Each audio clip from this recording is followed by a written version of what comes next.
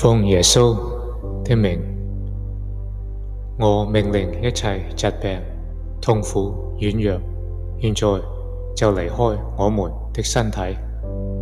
馬可福音11:23。我實在告訴你們，無論何人對這座山說：你們拿開這座山，投在海裏，他若心裏不疑惑，只信他所說的必成，就必為他們成全。我們同意醫治，我們要知道，若我們中間有兩個人在地上同心合意地求什麼，我們在天上的父必為我們成全。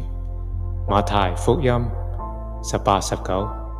若你們中間有兩個人在地上同心合意地求什麼，我在天上的父必為你們成全。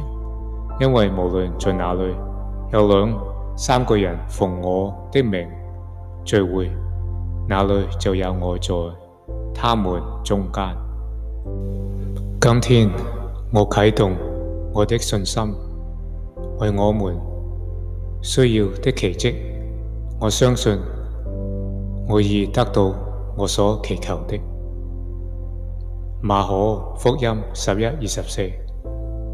所以我告訴你們，凡你們禱告祈求的，無論是什麼，只要信是得着的，就必得着。